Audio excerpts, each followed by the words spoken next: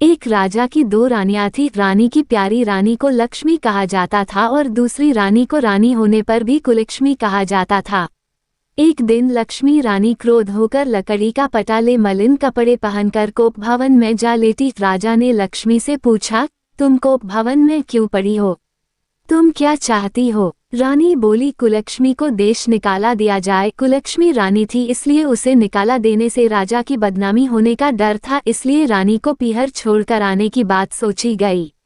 राजा ने पटरानी को एक रथ में सवार कराया और स्वयं घोड़े पर चढ़कर रथ के साथ चलने लगा। एक बीहड़ जंगल में पहुंचकर राजा ने रथ को रुकवाया। पालकी ढोने वालों को वहां से हट जाने को कहा गया। राजा रानी को उस जंगल में छोड़कर घोड़े पर सवार होकर अपने महल में आ गया।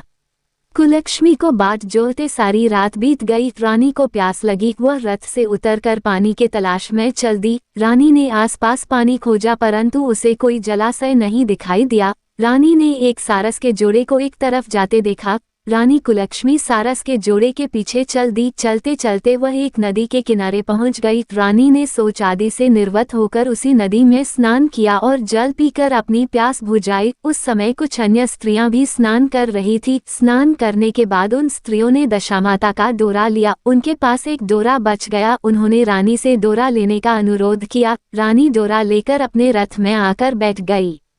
दशामाता ने रानी की परीक्षा लेने के लिए एक बुढ़िया का वेश धारण कर उसके रथ के पास आई। वह रानी से बोली कि बेटी, यहाँ बैठी क्या कर रही हो?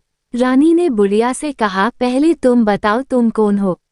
बुढ़िया ने उत्तर दिया, मैं तुम्हारी मौसी हूँ। तब रानी उसके गले लगकर रोने लगी। उसने अपनी विपदा भरी सारी कहानी बुढ़िया को बता दी। अंत में रानी ने बुढ़िया से कहा, अब मुझे केवल तुम्हारा ही सहारा है, मेरी रक्षा करो।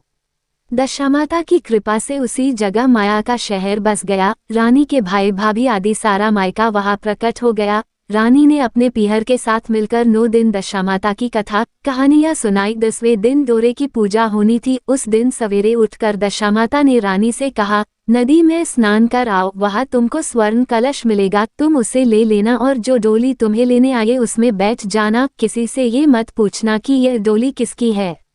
घर पहुंचकर उसने माया के परिवार की सब महिलाएं सहित दशामाता के डोरे की पूजा की, सुहागिनों को भोजन कराया। इसके बाद उसने पारण किया। अब रानी अपने पीहर में आनंद पूर्वक सबके साथ मिलकर रहने लगी।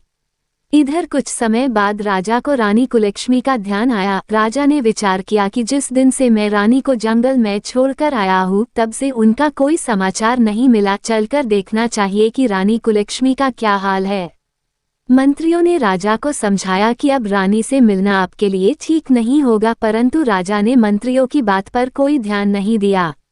वह घोड़े पर सवार होकर उसी स्थान पर पहुंचा जहां पर रानी को छोड़ आया था। राजा को ये देखकर बड़ा आश्चर्य हुआ कि यह तो सघन वन था, परंतु अब यहाँ रमणीक बस्ती बसी हुई है। राजा ने लोगों से पूछा, ये कौन सी नगरी है? लोगों ने उसे बताया कि ये कुलक्ष्मी का नगर है। अब तो राजा के आश्चर्य का ठिकाना न रहा। वह बार बार सोच रहा था कि क्या यह नगर मेरी पटरानी कुलक्ष्मी द्वारा बसाया नगर है।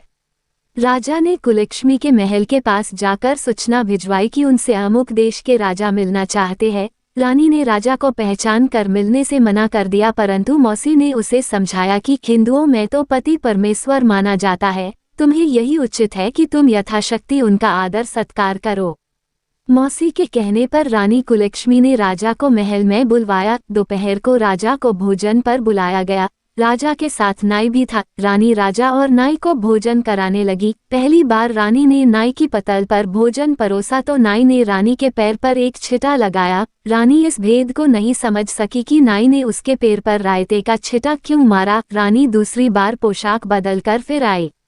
रानी ने नदी में स्नान किया। वह स्नान करके बाहर निकल आई तो उसे 2 स्वर्ण के कलश नदी के किनारे रखे मिले। उन्हीं के पास रेशमी वस्त्र रखे थे। उन वस्त्रों को रानी ने पहन लिया। वह चलने को तैयार हुई तो उसे डोली आती दिखाई दी। वह डोली में बैठ गई और अपने घर पहुंच गई। राजा मन में सोचने लगा कि यहाँ तो बहुत सी रानियां हैं, सबकी शकल एक जैसी है, मैं अपनी रानी को कैसे पहचानूंगा।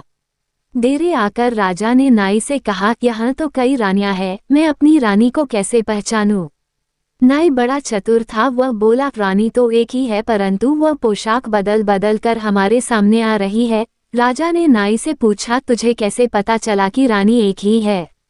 नाई बोला कि मैंने उनके पर रायते का छिटा मारा था। वह 3 बार कपड़े बदलकर हमारे सामने आई, परंतु वह छिटा उनके पैर पर तीनों बार लगा था।